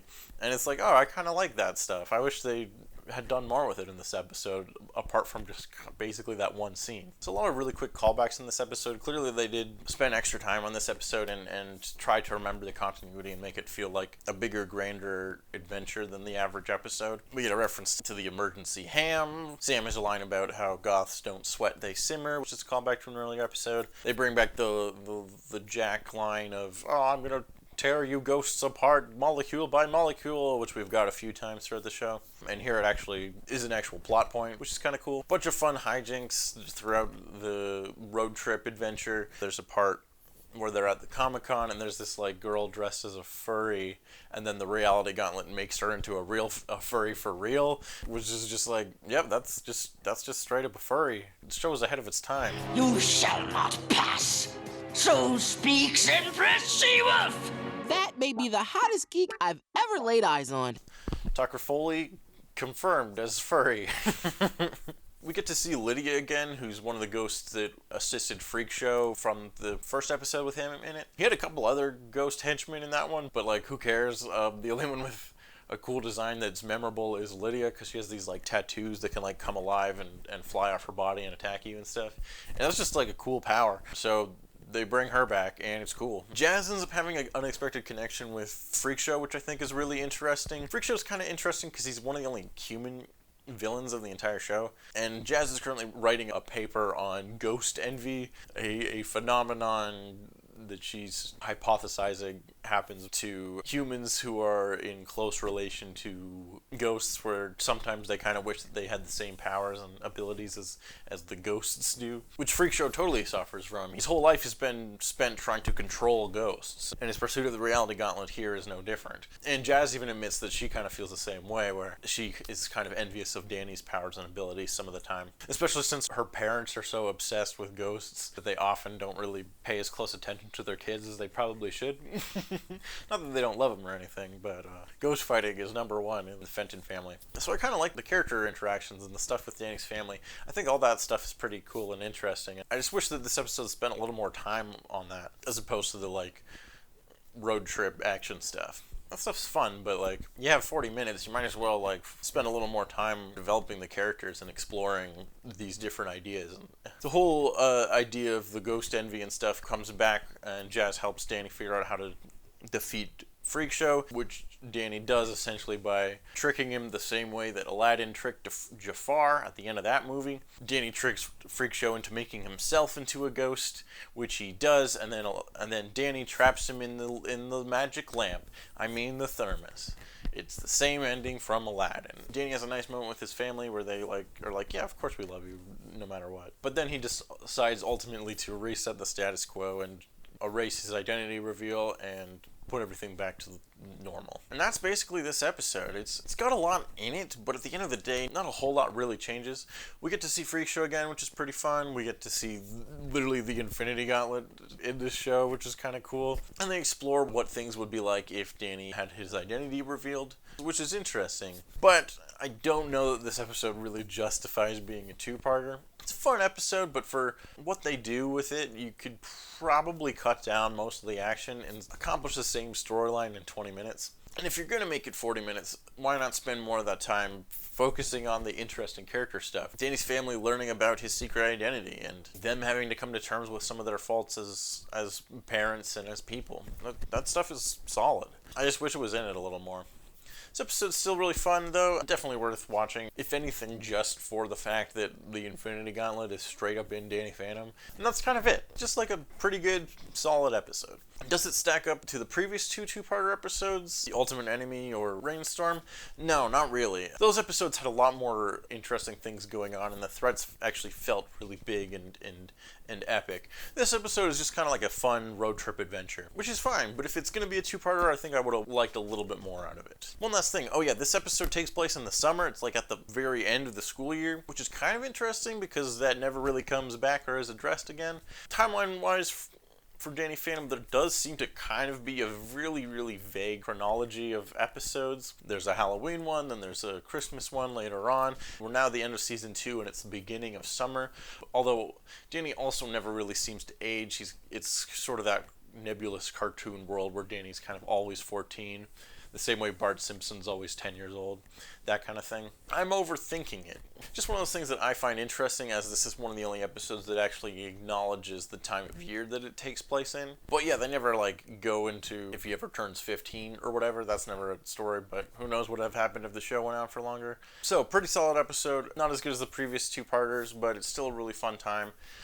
We get to see Danny use the Infinity Gauntlet, which is kind of crazy and fun. And, yeah, that's about it. So, we're almost done Season 2 now, so we will see you next time with the Season 2 finale.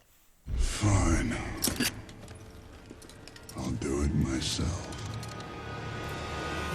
Welcome back, everybody, to another Danny Phantom review. Today we are talking about the Season 2 finale, Kindred Spirits. Let's get into it. It's the Danny Phantom clone saga today. So very briefly, the plot of this episode, this girl named Danielle comes over to see Danny. She says that she's his cousin, and then it turns out that she's actually a clone of Danny, created by Vlad, based off Danny's DNA. We find out that Vlad's been doing a bunch of experiments trying to create a clone of Danny for himself because he wants a family. Again, one of the things I really like about Vlad as a character is he actually has very human motivations. He just goes about trying to achieve his goals in very messed up ways. So Danielle Phantom is a female clone of Danny. That's right, she's essentially exactly X-23 from the X-Men. Danny Phantom is obviously very similar to Spider-Man, and we got a clone saga in that as well, but this story is much more influenced from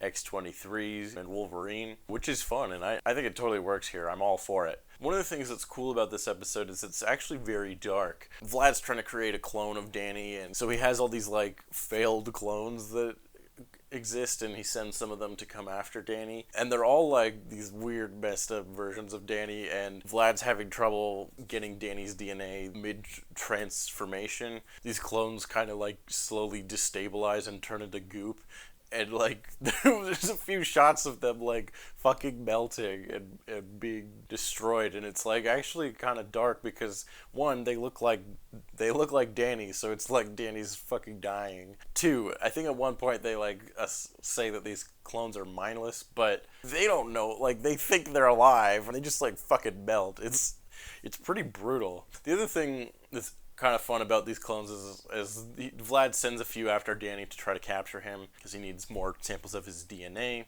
There's like a big one that's all weird, and there's a little one, and there's like another one. Wait, is that the ghost from Ghost House? Ooh, nice to see you.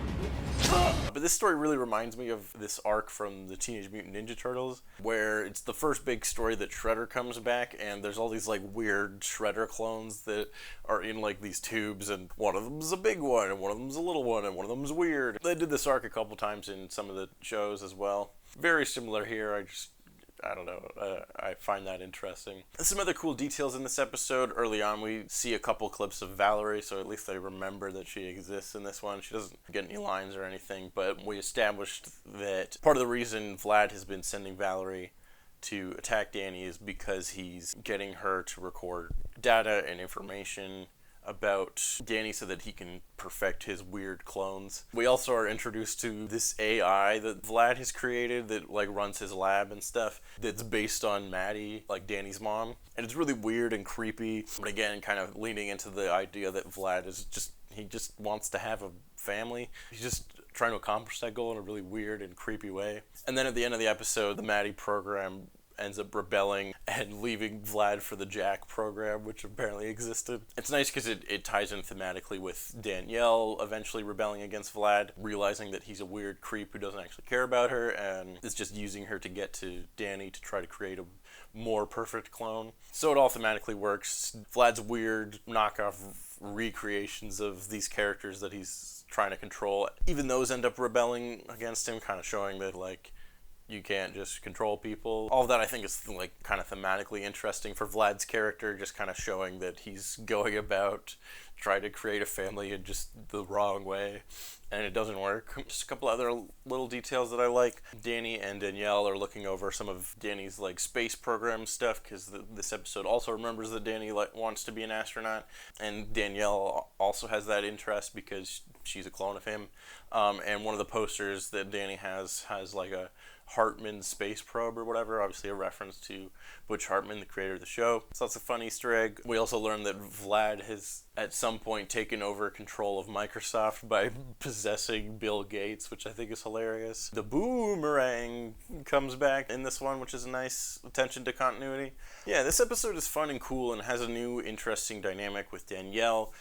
She's a little bit more rebellious than Danny. Vlad is kind of like her father figure because he created her and stuff. And at first she's working with him against Danny, but then eventually turns on Vlad and joins Danny's side. She has this cool, fun, like Kim Possible looking belly shirt design, which I think is really fun and very 2000s, but totally works for the show. At the end of the episode, she has this moment where she kind of leaves, but then she's like, oh, I'll be around and you'll see me again, kind of thing. And then she appears in literally one more episode of the show before it gets canceled. And that's not any fault of this episode. They introduce a new character that's fun and interesting and can shake up the character dynamics and stuff. And it's like at the end of season 2, so this feels like another like, okay, this is another like big shift in status quo. Danielle's going to become a bigger part of the show going forward, and we're going to explore those dynamics a lot more.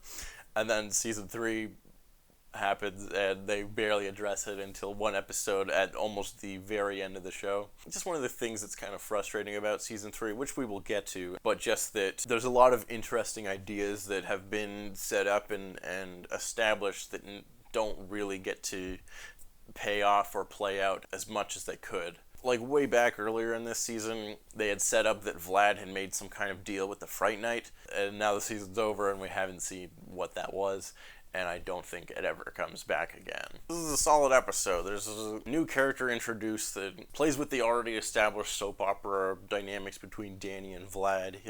How he wants to create a family, but does about it in a really creepy and dark and weird way. Danielle learning that her father figure is weird and creepy and abusive, and her learning that she doesn't have to put up with that. All these cool and interesting soap opera family dynamics that really make this show interesting. And you get to have a new character that's cool and interesting, and it's just literally X-23, but X-23 is cool, so I'm not really going to complain. And yeah, I wish that they had done more with her. That's essentially this episode and the end of season 2. This finale doesn't exactly wrap up anything specific from this season, not that there was specifically any overarching stuff that much anyways. Weirdly, we don't see Jazz this episode. I just realized that. That's kind of strange.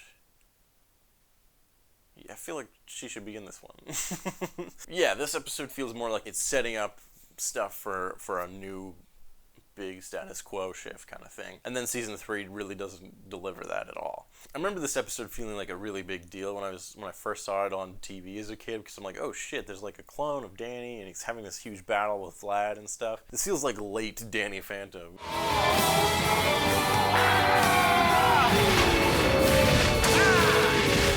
But then there's like a whole other season of stuff that like is almost entirely inconsequential before the show remembers Danielle or wraps everything up. But that's basically it for this one. Really solid episode. Great to see Vlad again. Cool new ideas being introduced, even though they don't do as much with them going forward as I wish that they'd had. But yeah, this is about it, and that's the end of... We're done. Season 2. We did all the episodes. Here's my completely arbitrary rating of all the episodes. And we will see you next time where we start Season 3. I might end up taking a little bit of a break because Season 3 is going to be a little bit of a challenge to get through. But we will do it. And we will see you next time when we start Season 3.